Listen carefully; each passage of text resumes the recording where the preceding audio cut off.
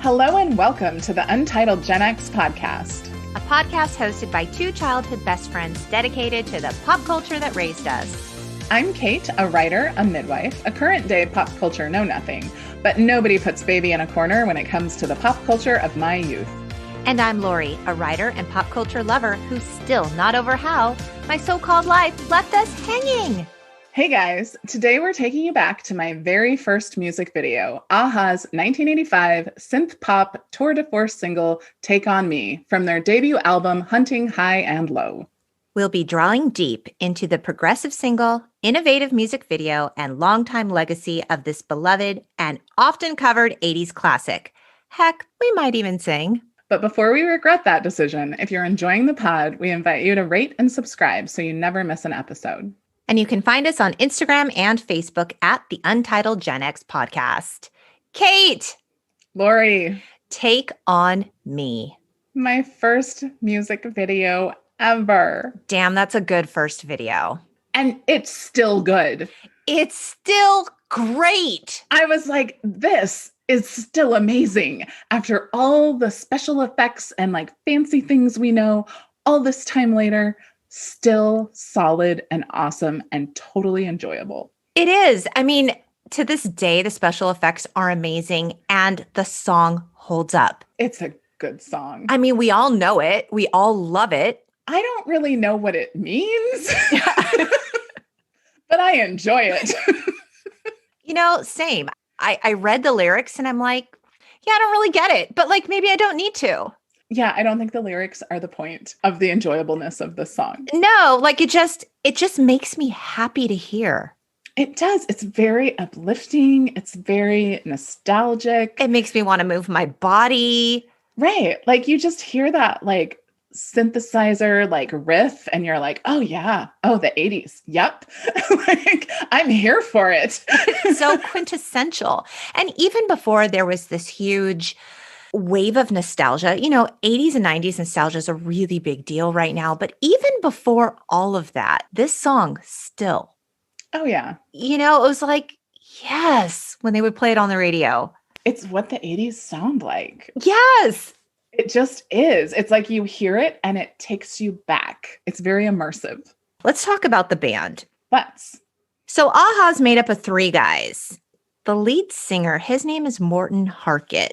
And I told you before we started this, I want to call him Horton Market. That is not his name. I clearly have a problem with names. That sounds like a Dr. Seuss character. It does. Well, Horton Hears a Who, right? Yeah. Right.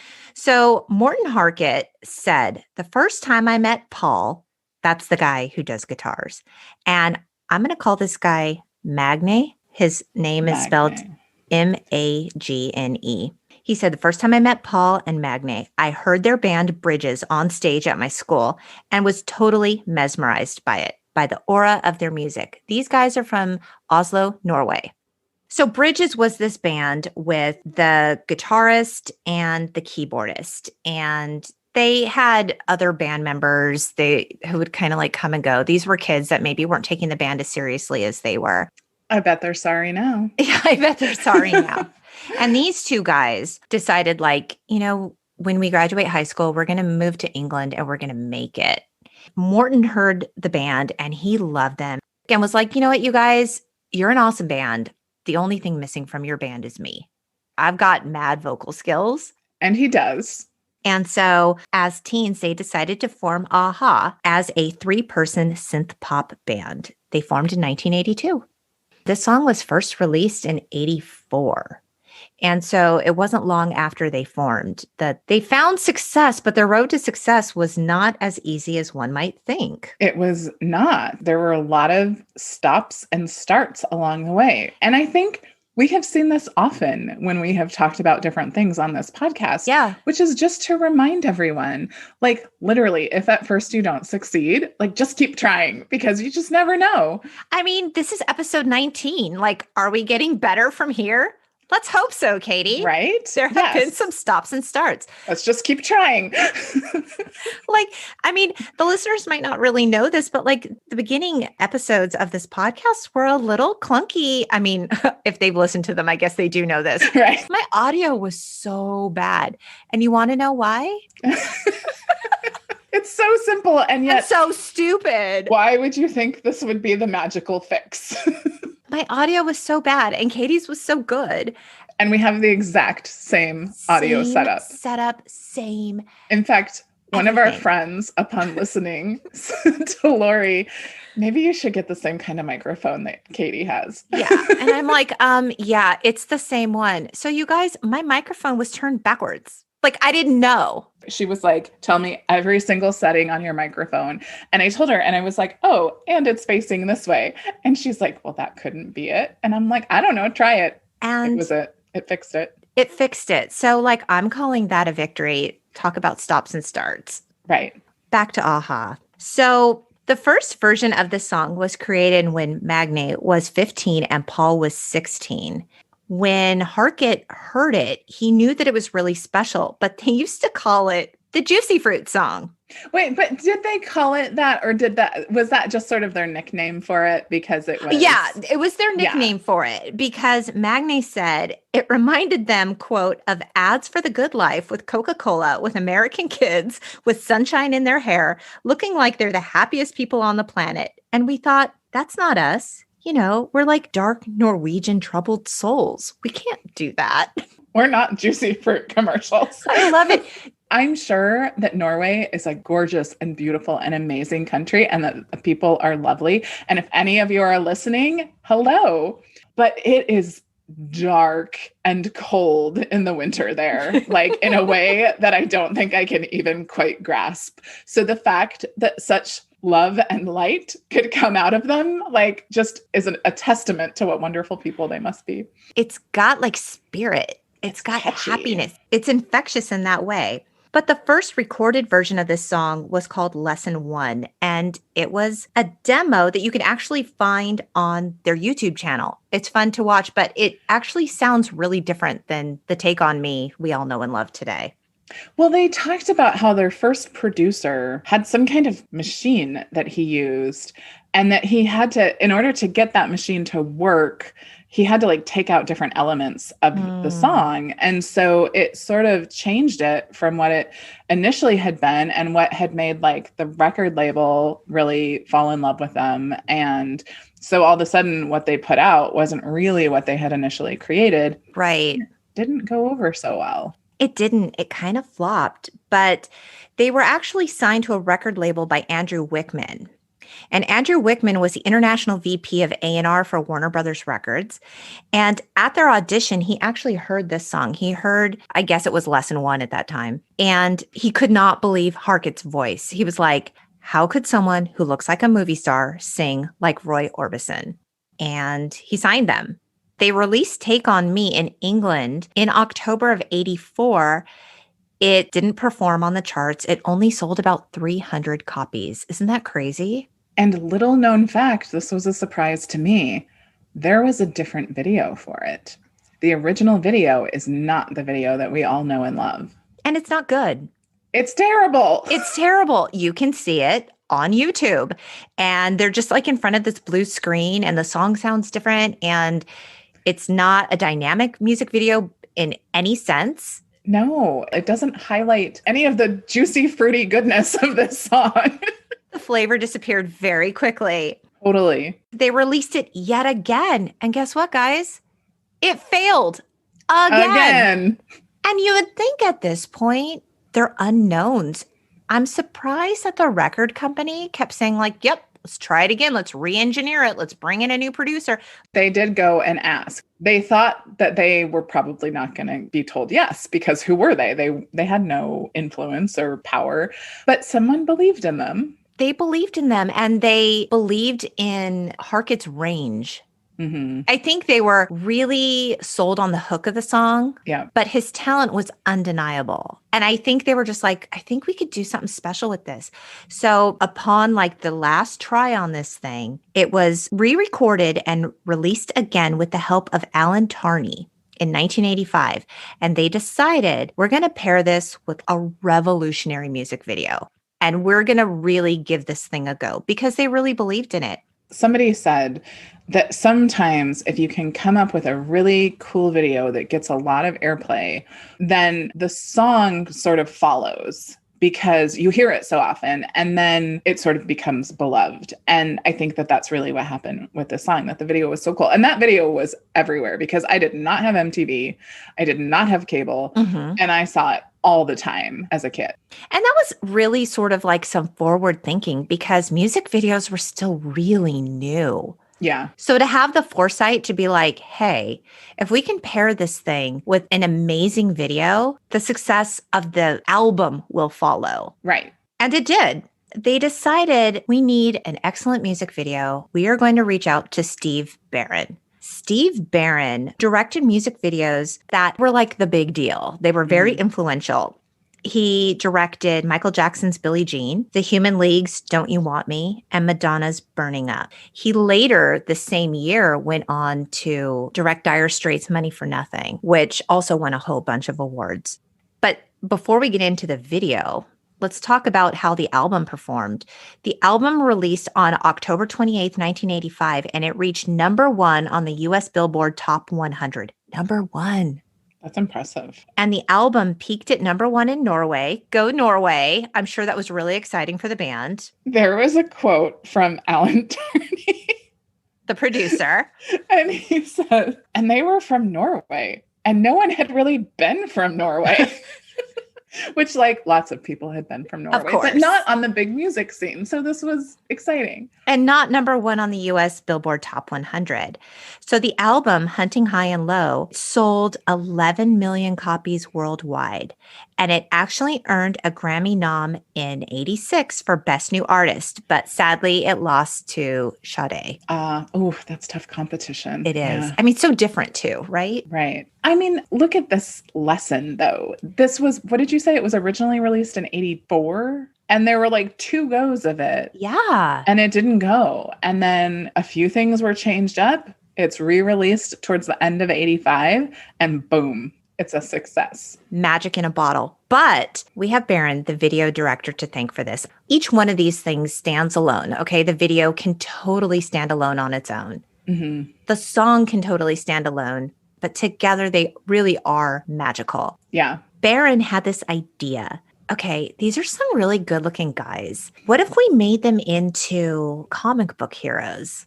Barron told Vulture an image kind of jumped out of this drawn hand, reaching out of a comic book into the real world. I got goosebumps from that moment. I thought, this could be amazing. This was a springboard for the whole narrative, really. So he just kind of had this idea pop in his head and he was like, I am running with this. And the band loved it, but they didn't really know how it was fully going to be executed. Harkett told the band even before Barron suggested this, wouldn't it be cool if we got to do something with a cartoon? I think something about the sound of the song kind of lends itself to that sort of cartoony energy.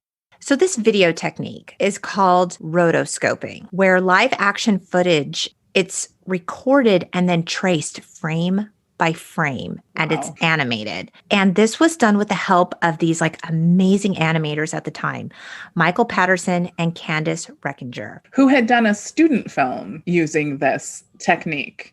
And that's how somebody knew about it. And so you can actually see some footage from the student film and just how cool it looks. And no one had ever seen anything like that before. I mean, certainly not in the mainstream. And so Barron was like, okay, we're going to use this technique, rotoscoping. It's going to be totally amazing. He talked to the record company. They're like, yep, we love it. Let's go with that. We would like it like really soon, like pump that thing out. Let's get going. And they were like, let's explain this technique one more time. This is going to take a minute. It took them 4 months and it was so painstaking. These animators did over 2,000 sketches. 2 animators, 2,000 sketches. Honestly, 4 months seems a little speedy to me that it all came out in that time. And it's so good. They did such a good job. The drawings look like the characters. Yeah. Well, and the magic of the video isn't that like they filmed a video and they animated the live action. It's that it so seamlessly goes back and forth between the It's two integrated visuals. flawlessly. Yes. I was like, I wonder if this is going to still be good when I go back and watch it again. This is possibly more amazing than the first time I saw it, because now I have how many years perspective? I don't want to count, but I have all of that perspective to say, like, all of this other stuff has happened in between now and then, and it's still amazing. Like, that was so long ago, and they did such a great job. Between you and me, when you're watching something for a podcast, we've kind of talked about this before, you watch it with a different eye. And sometimes when you learn a lot about something on a deep dive, sometimes you go back and it's lost a little bit of luster just for all the nitty-gritty detail that you now fully understand. Even knowing the secret in the sauce, it's still amazing. And I know a lot of you are probably listening to this episode thinking, oh yeah, I remember the video. Yeah, it was cool. No, go back and watch it again. Do it. Yeah, go back and watch it. It is captivating to just appreciate it. And I don't think when I saw it, I mean, I remember thinking like, oh, it's cool. And then like after seeing it so many times, I'm like, oh, right, that's the one where like the girl becomes a cartoon. But to really watch it and like watch the kind of interplay between the live action and the animation, it's just great, especially at the end. It's amazing. So according to Mental Floss, the video ended up costing, by today's standards, about $400,000. That's an investment. Yeah. I mean, I guess it's good that it lives up all these years later. Like, imagine if it didn't. Barron told Vulture, we very rarely got that kind of budget. And he was the guy who got to do the big music videos. I mean, he knows. And he said it was a budget designed to really do something spectacular. And it did. So the video, we open on a comic book drawing of these guys on motorcycles in a race. And it's like an official race. You know, there's like a checkered flag and everything. And oh, look, it's Harkett, the lead singer. He's in the race. So now we see live action footage of a girl in a diner reading a comic book. And she is like the quintessential 80s looking young woman. She's so pretty. Yeah, just like has like the feathered bangs and that sort of like cute short haircut. That girl is played by actress Bunty Bailey, who also appeared in the Aha video. There's another video. The Sun Always Shines on TV. She was in that video the same year. But the year before this, she was in Duran Duran's video for Wild Boys. Oh, she was like the video girl of the 80s. And what's actually interesting too is she went on to appear in Billy Idol's To Be Your Lover video in 1986. Wow, she had a niche. Yeah, totally. So in the video, she sees this drawing of Harkett and she's like, gee, he's cute. I mean, kind of like how I felt about Aladdin back in the 90s. Like, he was my cartoon crush. Did you have a cartoon crush? I don't think so. Okay, well, like Aladdin did it for me back in the day. So Harkett's doing it for her in this comic book. And all of a sudden, the drawing winks at her. She's like, what? And, oh, a drawing of Harkett's hand comes out of the comic book and reaches out and like motions for her to come inside. She looks around the diner to be like, hey, does anyone else see what's going on? What's happening? Am I losing my mind? She grabs a hold of Harkett's cartoon hand. Because what else could you do? I mean, it's right there. Like, how could you be like, okay, would you have grabbed the hand or would you just like ran out of the diner? You would have? Yes. That's kind of weird. I don't know what I would have done. I think I would have started screaming. I don't think I'm adventurous enough. No, I think I would have acted just like she did. Like, I'd kind of be shocked and then I'd be like, this is crazy. Let's see what happens. Let's do it. So she goes into this comic book world and now it's a mix of live action and comic drawings. Back at the diner, the waitress goes over to the table and the girl is gone and the waitress is pissed. Right. She's like, she skipped out on her bill. I mean, Katie, you've been a waitress. Has this happened to you? It did once. Yeah. Once someone skipped out on their bill and my manager tried to tell me that I had to pay for it. And I was like, yeah, I'm not paying for that. And they didn't push it. So obviously. Well, the waitress is pissed. So maybe her boss was going to make her pay for it. Right. Okay, so the waitress grabs the comic, crumbles it up, and tosses it in the trash can behind the counter. And meanwhile, inside the comic book, we see these two kids making like a little connection. Like, there's some chemistry here. But this is interesting. So Barron told Vulture, quote, there's a piece where he leads her into the drawn world and shows her the window into the real world so they can look at each other for real. He held on to her hand, pulled her across, and then I'd say, right, okay, we need to do another one. And then we did a take 2, a take 3. By take 4, they weren't letting go of each other's hands when we cut. And the pair dated for a year or 2 after this. Nice. So if you sense the chemistry, you were right. It actually really happened. there. It was real. And what's so fun is that in November 2019, AHA put out a 3-part docuseries about the making of this song and the video. And we'll link to all 3 parts of this in the show notes. But I really recommend that you watch it because in the docuseries, we get to see Bunty Bailey today. Mm-hmm. And she's being interviewed at the very diner, at the very table she sat at for the music video. And she showed that she even still has the original dress from the video. It's so cool to see. And the diner is now called the Savoy Cafe. And people go there to take pictures for the gram and pay homage to the video. We'll totally post the link to the location in the show notes if you're ever in London and want to check it out for yourself. I know. Now I'm sad that I didn't go there when I was in London. I went to Abbey Road, and my flat was actually just like within walking distance of Abbey Road. So cool. But I didn't go to this place. Yeah. So you can go to the Savoy Cafe. And, you know, it's kind of like what we talked about in the U2 episode, how you can go to the Joshua Tree plant remnants to pay homage. So it's very cool. What's so great about this docuseries, though, is that Harkett joins her in the diner and they look really cute together. Like when he walks in and they look at each other, I swear I can still see sparks. There's still a little spark there. But you guys can be the judge. Let us know what you think. Back to the drawn world. So the pair encounters these like 2 bad motorcycle guys from the race. And one of them is holding a plumber's wrench. That's what my husband told me it's called. I'm like, what is that thing he's holding? Is that also called a monkey wrench? 2 girls don't know what the tools are called. Hey, I have lots of tools. I just don't do any plumbing, so I don't have that particular tool. Yes, an adjustable wrench with large jaws that has its adjusting screw contained in the handle. Okay. Thank you, dictionary.com. Shout out to dictionary.com. So one of the guys is holding this thing and it is really scary and he wants to attack them and he hits the window between like the real world and the drawn world, right? Yes, and breaks it. And now our little lovebirds are in big trouble. And they go to run away from these guys and they get trapped in a dead end and they're cornered. And just when you're like, these lovebirds never had a chance to be together, it's over. Harkett somehow like creates an opening in the wall where she's able to climb through it and escape. And then we cut to the diner in live action and we see her all dirty and like in the corner near the trash can where the comic has been thrown away. And the waitress and the patrons are all like staring at her. Because she just appeared there all of a sudden. She's confused too. She grabs the comic out of the trash and bolts home where she's trying to like smooth out the comic and like, Harkett, where are you? She's crying. What's going on? It's all very dramatic. And in the comic book, it looks like Harkett is dead. And she's so sad and she cries that pretty single tear.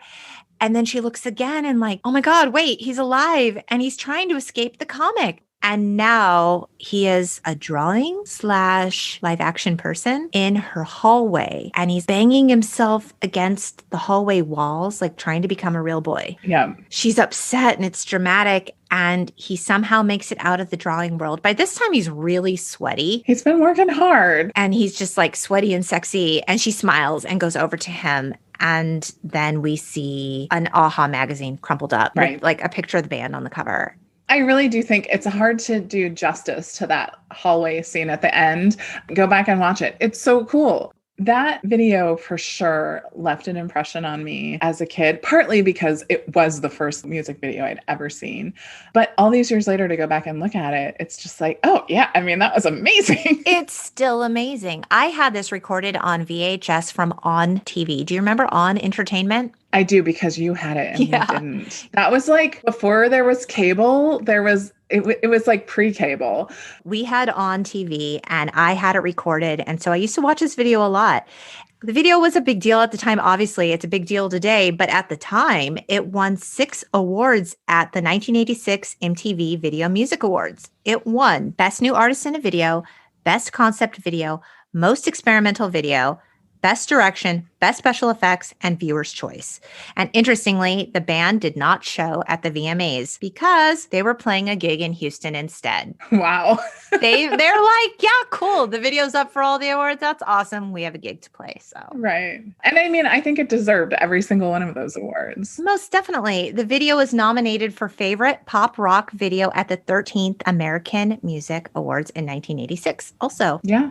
let's talk legacy. This song has been covered by a lot of people, and it's been sampled in a lot of music. Some notable covers include Real Big Fish. Weezer did a cover of it, which is very meta. And if you recognize the kid playing a Young Rivers, it's the kid who plays Mike Wheeler in Stranger Things. And it's really cool because it's like a Young Rivers Cuomo playing with his friends. His mom left the house and it's just kids in the 80s playing this song with their like cool 80s instruments and stuff. It's a really fun video. I feel like maybe I've seen this a long time ago. Chris Martin did a cover from Coldplay. Metallica's done a cover.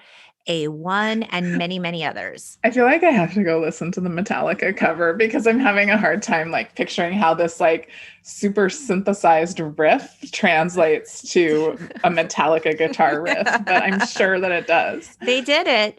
And in 2017, AHA played MTV Unplugged, and they played a slower version of this song, very stripped down, with just a single acoustic guitar.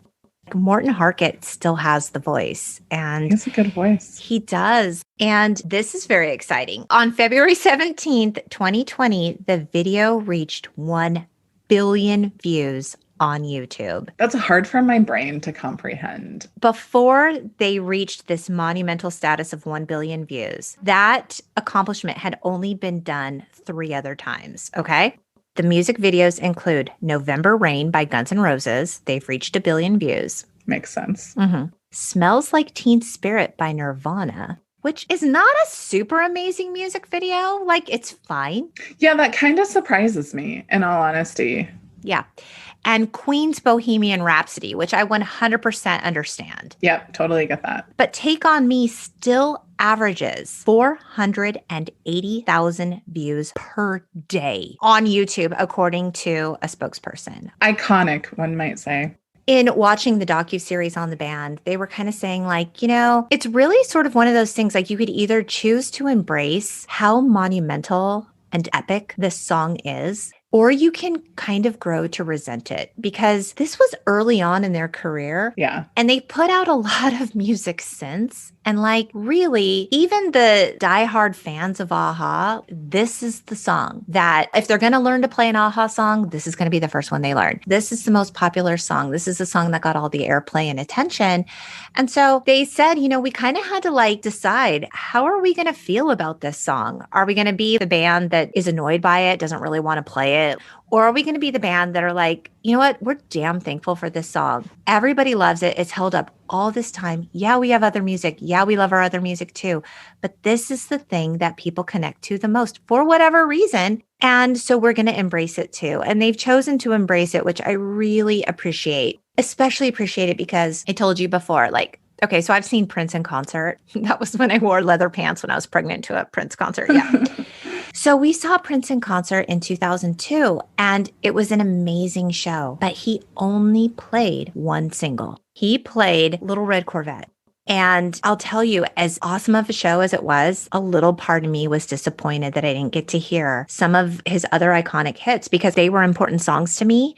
And Prince is just such a legend that I wanted to hear it all in addition to the new stuff. But he was focused on the new stuff, and that was his right as an artist. But I do appreciate that AHA still does play the song every single time. You can count on it. I think that that is a struggle that artists kind of deal with because I get it. Like they created something early in their career and they've kind of moved on artistically and are probably way more interested in their newer stuff. And I want to honor that as a fan. And I also want to hear my favorite songs. I know. So. A couple of years ago, we got to see Paul McCartney play, and oh my God. Like, what a legend.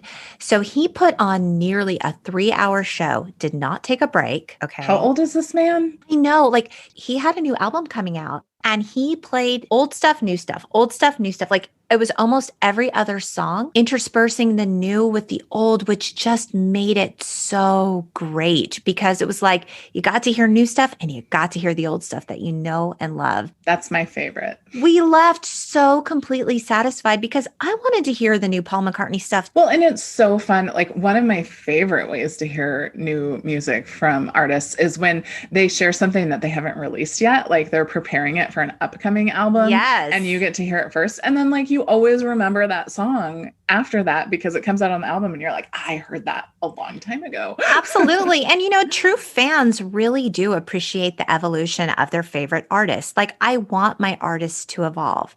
Right. I don't want them to just be stuck in the same place all the time. I know not everybody feels that way, but I think that there's a place for honoring the nostalgia of the music and the big hits, the big singles, and still being able to create and share the new stuff. I think there's a place for it. And I think a-ha has found that. I'm going to be really honest that I don't know that I could name another a-ha song. You actually know more than you think. I'll tell you that. Yeah. Mm-hmm. Yeah. And I mean, and the truth is though, like, I also wouldn't say that like I was like the hugest a-ha fan in the whole world, but I do love this video and I do love this song. If you're a fan of a-ha, they actually had concerts scheduled that had to be postponed, unfortunately. But the shows here in LA at the Wiltern were all sold out. There are a lot of a-ha fans out there are still, all these years later. I'm looking ahead and they've got all these shows all over the world scheduled. Check out their website. When do they start? I'm just curious. I'm just trying to figure out when people think we might actually get to go to concerts again. So there's a concert scheduled for August 11th, 2021 this year in Mexico City. And then there's other places in South America. They have not been postponed as of yet, but who knows? But they're touring and that's the exciting part. And so if you're interested in seeing a-ha and you want to keep in contact with their touring schedule, you could check it out at a-ha.com. Nice. Well, thanks so much for joining us. If you can't wait to hear more, please remember to subscribe so you never miss an episode. And just a friendly reminder, you can find us online at theuntitledgenxpodcast.com. We hope you keep in touch, beautiful people. Bye. Bye.